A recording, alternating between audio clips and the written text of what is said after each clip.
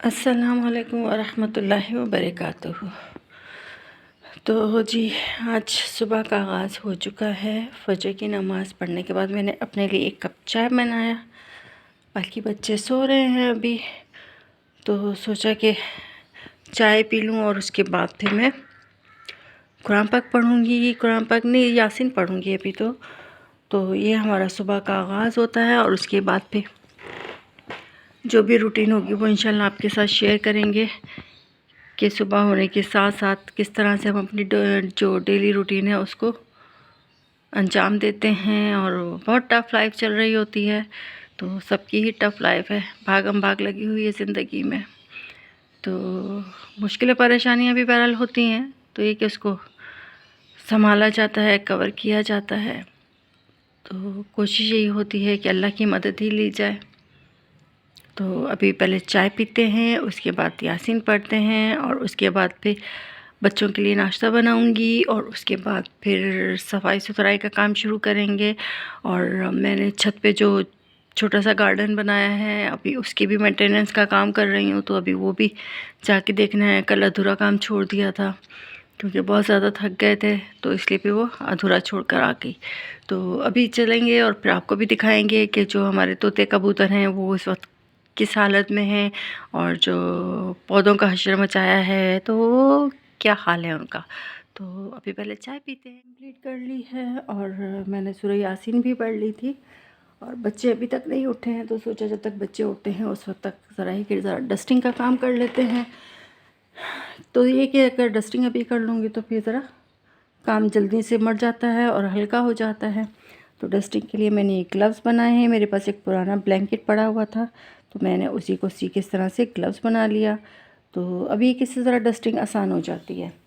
तो डस्टिंग भी करेंगे, साथ साथ काम भी करेंगे, और आपसे बातें भी करेंगे, और साथ साथ आपको ये भी बताएंगे कि सूरह यासीन की फ़जीलत के बारे में। अच्छा, कोशिश होगी मेरी कि मैं रोज़ाना किसी ना किसी एक कुरान पाक की सूरत के बारे में, उसकी फ़जीलत वगैरह भी बयान करती रहूँ आपसे। तो यासीन शरीफ के लिए, जैसे कि हदीस में आया है, आप सबको पता है कि यासीन शरीफ को कुरान पाक का दिल कहा गया है। तो जो सूरह यासीन को पढ़ेगा तो एक मरतबा पढ़ने की वजह से उसको 10 कुरान पाक का सवाब मिलेगा। और इसी तरह से नबी पाक सल्लल्लाहु अलैहि वसल्लम ने फरमाया है कि जो रात को पढ़ेगा और सुबह उठेगा तो वो इस हालत में उठेगा कि अल्लाह ताला उसके तमाम गुनाहों को बख्श देंगे। माशाल्लाह। देखिए, अल्लाह मियाँ ने कितने हमारे लिए आसानियाँ पैदा की हुई हैं, लेकिन ये हम हैं कि हम जो बहुत ज़्यादा सरकश हुए हुए हैं और अल्लाह की मानते नहीं हैं।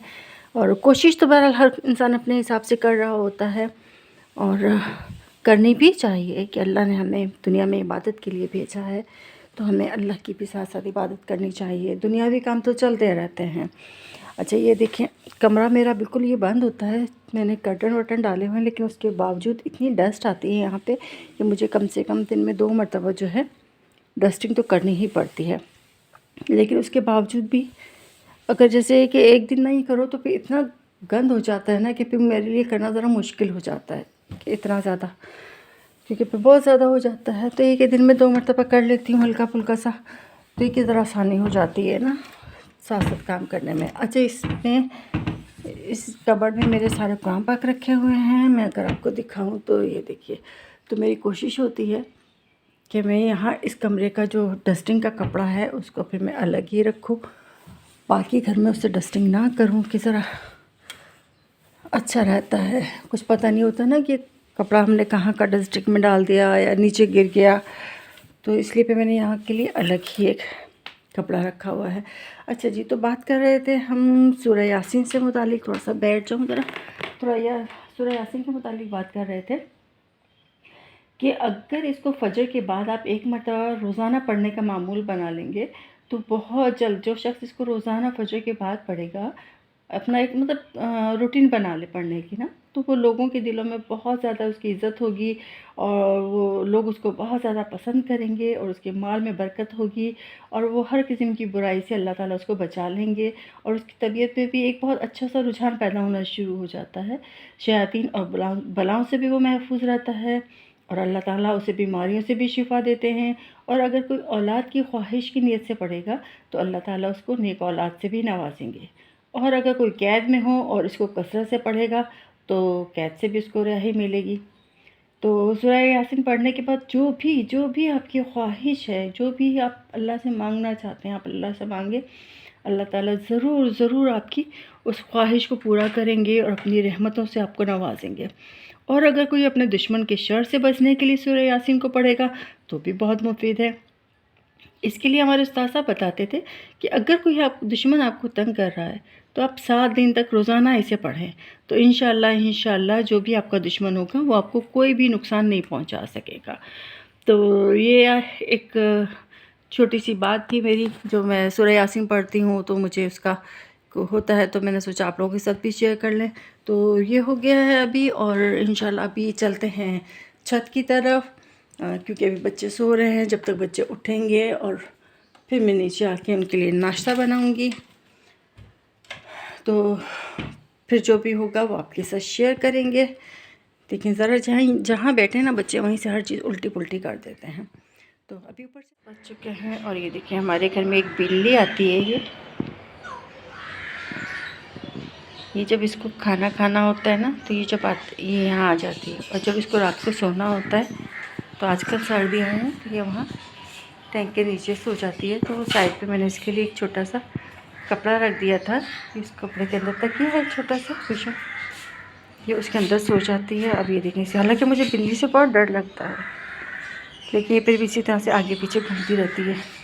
तो अभी ऊपर चढ़ते हैं, और फिर जो ऊपर का है वो आपको दिखाते हैं। गीज़र भी अभी बंद है, गीज़र भी खोलना है। तो अभी ऊपर चलते हैं। ऊपर का माहौल तो बड़ा अच्छा सा लग रहा है इस वक्त। ठंड भी हल्की हल्की सी है, ज़्यादा ठंड नहीं है। ये भी अच्छा हो गया कि आज मौसम ज़रा अच्छा है। तो अच्छा, सीढ़ियाँ चढ़ने से मेरी सांस फूल जाती है, तो मैं ज़रा मोबाइल बंद करके ही सीढ़ियाँ चढ़ूँगी। ये देखो, म्याऊं, क्या हुआ,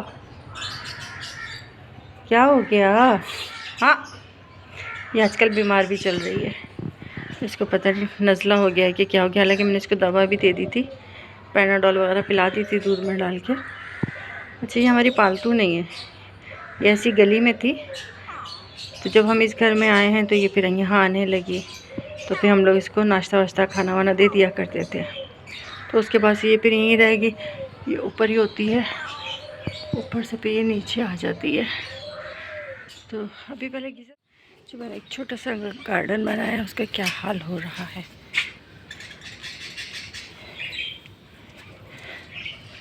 ये एक्स्ट्रा प्लांट की जो थी ना, मैंने कटिंग शुरू की हुई थी।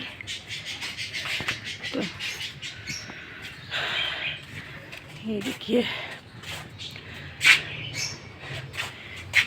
अच्छा जी, ये देखिए, ये इसमें ना, ये था तो जंगली, लेकिन इसमें ना फूल बहुत खूबसूरत निकलते हैं। तो ये मैंने लगाया था, लेकिन इसने ना इतनी जड़ें अपनी फैला ली थी कि इसने इस पौधे का हशर ख़राब कर दिया था। तो फिर मैंने इसमें से ये सब निकाल के फेंके, और इसके मैं फूल दिखाऊँ आपको। तो ये देखिए, ऐसे फूल निकलते हैं इसमें ब्लू कलर के, जो कि बेइंतहा खूबसूरत लगते हैं। तो अभी इन सब की कटिंग करनी है, जो एक्स्ट्रा ख़राब हो गए हैं उनको। और ये मेरा टमाटर का पौधा है, इसको पता नहीं क्या हो गया है, लेकिन इसमें टमाटर इतने सारे निकलते थे, अभी भी इसमें दो निकले हुए हैं। एक तो ये देखिए कच्चा है, और एक ये चुन्ना मुन्ना सा निकला, इसको पकने की बड़ी जल्दी थी, फ़ौरन ही पक गया। अच्छा, इसके साथ ये मेरा हरी मिर्चों का प्लांट है, और ये देखिए हरी मिर्च इसमें एक छोटी वाली निकली है। मैंने जब बीज लिए थे तो मैंने दुकान वाले को यही कहा था कि मुझे बड़ी मिर्चों के बीज चाहिए, तो उन्होंने छोटी वाली मिर्चों के दिए, लेकिन ये भी बहुत तेज़ होती हैं। तो ये कि मेरे अपने यूज़ के लिए, डेली यूज़ के लिए इसमें से निकल आती हैं अच्छी खासी। इसमें और भी होंगी अंदर लगी हुई हैं, और ये कुछ जो हैं ये रेड हो गई, जो मैं तोड़ नहीं सकी थी। ये इसी साइज़ में निकलती है, तो मुझे लग रहा है ये गोल वाली मिर्ची है। सही है। अभी देखो बिल्ली कहाँ चढ़ के बैठ गई। अच्छा, ये हमारे कबूतर हैं, ये सब अभी इंतज़ार में हैं कि इनको दाना पानी मिले। तो अभी इनको भी दाना पानी डालती हूँ। और ये कल जब मैं यहाँ काम कर रही थी तो बच्चों ने पलंग डाल दिया था, तो उसके बाद फिर जब जल्दी में मैं नीचे गई हूँ तो ये ऐसे ही रह गया सब। अब इस पूरे की सफाई करते हैं और उसके बाद ये देखो एक येलो सा छोटा सा प्यारा सा फ्लावर निकला है। ये ऐसी बेल होती है इस तरह की, इसमें निकलते हैं। अच्छा, मैंने धनिया भी लगाया था लेकिन धनिया मेरा चला नहीं, पता नहीं क्यों नहीं चला। धनिया मेरा ख़त्म हो गया भाई। तो अभी तो यही है, अभी सफाई शुरू करती हूँ और फिर साथ साथ आपसे बातें भी करती रहूँगी। पहले मैं सारा जितना भी गंद है ना ये सारा गंद समेट लूँ और उसके बाद फिर देखते हैं कि आगे क्या काम करना होगा। अब इस वक्त हम लोग ज़रा बाहर आए हैं।